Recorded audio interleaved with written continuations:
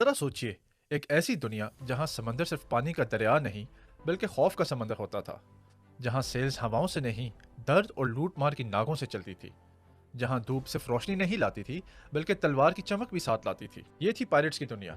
مگر سوال یہ ہے، پائریٹ کون تھا؟ چور یا ہیرو؟ ریبیلیس آزادی کا فوجدار یا صرف ایک خوفناک قاتل؟ اگر ہم تھوڑا ماضی میں جائیں تو یہ پتہ چلتا ہے ہمیں کہ پائریسی کا سلسلہ اتنا ہی پرانا تھا جتنا کہ انسانی تہذیب خود۔ الیگزینڈر دی گریٹ کا زمانہ ہو یا تو پھر ہو رومن امپائر کا دور، ہر سمندری سفر کے پیچھے ایک کہانی ہوتی تھی، یا تو مال ملتا تھا یا پھر موت۔ پائریٹس لفظ اصل میں گریک زبان کے لفظ پیریٹ سے نکلا ہے، جس کا مطلب ہے حملہ کرنے والا۔ یہ لفظ گریک زبان سے اولڈ فرینچ کا سفر طے کرتا ہوا انگلش میں داخل ہوا، کیونکہ اس لفظ کے آنے سے پہلے 14 سینچری بی سی میں انگلش میں ان لوگوں کو سی رابرٹس یا تو پھر سی پلنڈررز کہا جاتا تھا، اور یہ لوگ سمندر کے راستے سے آ کے ایجپٹ کے کوسٹل ایریاز پر حملہ کرتے تھے۔ لیکن اصلی ہنگامہ شروع ہوتا ہے 1650 کے بعد۔ یہ تھا گولڈن ایج آف پائریسی کا آغاز۔ سمندر پر قانون نام کی کوئی چیز نہیں تھی، اور جہاں قانون نہیں ہوتا وہاں آزادی کا جادو بھی ہوتا ہے اور خوف کا راج بھی۔ یہ دور 1730 تک چلا، اور اس 80 ایئرز میں کیریبین، اٹلانٹک اور انڈین اوشن بن گئے تھے پائریٹس کے پلے گراؤنڈ۔ اس گولڈن ایج کو ہسٹورینز نے 3 مہروں میں تقسیم کیا۔ پہلا موڑ تھا بکنرنگ ایرا، جو کہ 1650 سے 1680 میں، جب ایکس نیوی آفیسرز، بے روزگار مزدور اور بھاگے ہوئے غلام اسپین کی شپس اور کالونیز کو لوٹ کر اپنا بدلہ لے رہے تھے، تو اس دور کے پائریٹس نے در حقیقت قانون کو ٹھوکر مار کر اپنا قانون لکھا۔ لیکن یہ قانون کسی کتاب میں نہیں بلکہ جہاز کے ڈیک میں تلوار کی دھار سے لکھا گیا۔ دوسرا دور پائریٹ راؤنڈ کا 1690 سے 1700 کے درمیان تھا، جب کیریبین کے سی وولفز نے ریڈ سی اور انڈین اوشن کا رخ کیا۔ انگلینڈ، فرانس اور امریکہ کے لوگوں نے ٹریڈنگ شپس کے خوف کا پیغام دیا، کیونکہ یہ لوگ لٹیرے نہیں تھے بلکہ یہ لوگ سمندر کے چیس ماسٹرز تھے، جو مہروں میں ہر موو پہ موت کا خوف پھیلاتے تھے۔ اور پھر 1715 سے لے کر 1726 تک آیا تیسرا دور، جو کہ پوسٹ اسپینش سکسیشن ایرا تھا۔ یہی تھا وہ اصل گولڈن پیریڈ جہاں دنیا نے سب سے مشہور اور خطرناک پائریٹس کو جنم لیتے دیکھا۔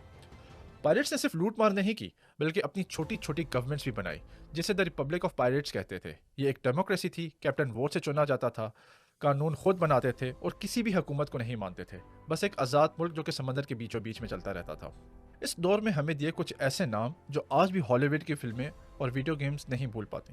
بلیک برڈ، کالا رنگ، داڑھی میں سلگتے فیوز، آنکھوں میں آگ اور ہر ٹائم اپنے پاس ویپنز رکھنا۔ جب یہ جہاز پر قدم رکھتا تو لوگوں کو لگتا کہ خود شیطان سمندر سے نکل آیا ہو۔ ایسی ٹیررزم جس میں سٹائل بھی تھا اور اسٹریٹجی بھی۔ اینی بنی، ریبیلین کی ایک زندہ مثال خاتون، 18 سینچری کی یہ فیمیل پائلٹ جو صرف تلوار سے نہیں بلکہ اپنے ایٹیٹیوڈ سے بھی لڑا کرتی تھی۔ آج بھی یہ ہالی ووڈ کی فیمنسٹ آئیکن بنی ہوئی ہے۔ کیپٹن کڈ، ایک لیگل پرائیویٹیر جو اللیگل بن گیا، کوئی ڈاک مرچنٹ نام کی شپ لوٹ لی اور پھر برٹش گورنمنٹ نے 1701 میں اسے غدار کہہ کر پھانسی دے دی۔ کہتے ہیں کہ اس کا چھپا ہوا خزانہ آج بھی کہیں زمین کے نیچے دفن ہے۔ اسی متھ نے ماڈرن ٹریجر ہنٹنگ کو جنم دیا۔ بارتھولمیو رابرٹس، 400 شپس لوٹنے والا یہ پائریٹ، اگر لوٹ مار میں کوئی اولمپک ہوتا تو یہ ضرور گولڈ میڈل ہوتا، کیونکہ اس نے صرف 4 ہی سالوں میں 400 سے زائد شپس کو لوٹا۔ لیکن دوستو، اصل پائریٹس ہالی ووڈ جیسے نہ تھے۔ نہ ان کے پاس چمکدار کوٹ ہوتے تھے، نہ ان کے پاس کوئی لکڑی کی ٹانگ ہوتی تھی۔ ان کا اصلی حلیہ ایسے ہوتا تھا جیسے کہ تھکے ہوئے، سورج سے جلے ہوئے، بھوک سے مرے ہوئے اور ایک گھسا پٹا سا یونیفارم۔ ان کا کام فیشن نہیں تھا، صرف سروائیول تھا۔ اور جو یہ آئی پیچ بھی لگاتے تھے، یہ بھی ایک سٹیٹس سمبل نہیں تھا، بس ایک یہ وار ٹیکٹک تھا، تاکہ جب یہ لوگ سمندر کے ڈیک کے نیچے جائیں تو ان کو اندھیرے میں روشنی نظر آ سکے، تو یہ اس وجہ سے لگاتے تھے۔ 1600s اور 1700s میں ایک اور عجیب ٹوسٹ آیا جب گورنمنٹس خود پائریٹس کو ہائر کرنے لگیں۔ برٹش، فرینچ اور اسپینش پاورز نے اپنی نیوی کو بچانے کے لیے انہیں پرائیویٹیز کا نام دیا اور لیٹر آف مارکی کے ذریعے دشمن شپس لوٹنے کا لائسنس بھی دے دیا۔ ویورز، اس طریقے سے آج کا ٹیررسٹ کل کا نیشنل ہیرو بنا دیا گیا، اور یہی دور بنا ایک داستان جہاں چور کو غازی اور غازی کو چور کہنا مشکل سا ہو گیا تھا۔ مگر کیا پائریسی صرف ایک پرانی کہانی ہے؟ 21 سینچری میں بھی سمندر خاموش نہیں ہے۔ صومالی کوسٹ، گلف آف گینیا، کیریبین، ان سب اور اسٹیٹ آف ملاکا، ان سب میں آج بھی پائریٹس کا راج ہے۔ آج کے پائریٹس کے پاس سیل فونز اور ایڈوانس ویپنز ہیں۔ 1991 کے بعد جب صومالیہ میں حکومت کا نظام ٹوٹ گیا اور فورن فشنگ کمپنیز نے اللیگل فشنگ اور ٹاکسک ویسٹ ڈمپنگ شروع کی، تو کچھ غریب مچھیروں نے ہتھیار اٹھا لیے۔ پہلے ویجیلنٹیز تھے اور پھر بن گئے دنیا کے موسٹ فیئرڈ آرگنائزڈ کرمنلز، جن کو آج دنیا صومالی پائریٹس کے نام سے جانتی ہے۔ گلف آف گینیا میں ایکٹیو نائجیرین پائریٹس ماڈرن ٹیکنالوجی اور پراپر پلاننگ سے کرائم کرتے ہیں۔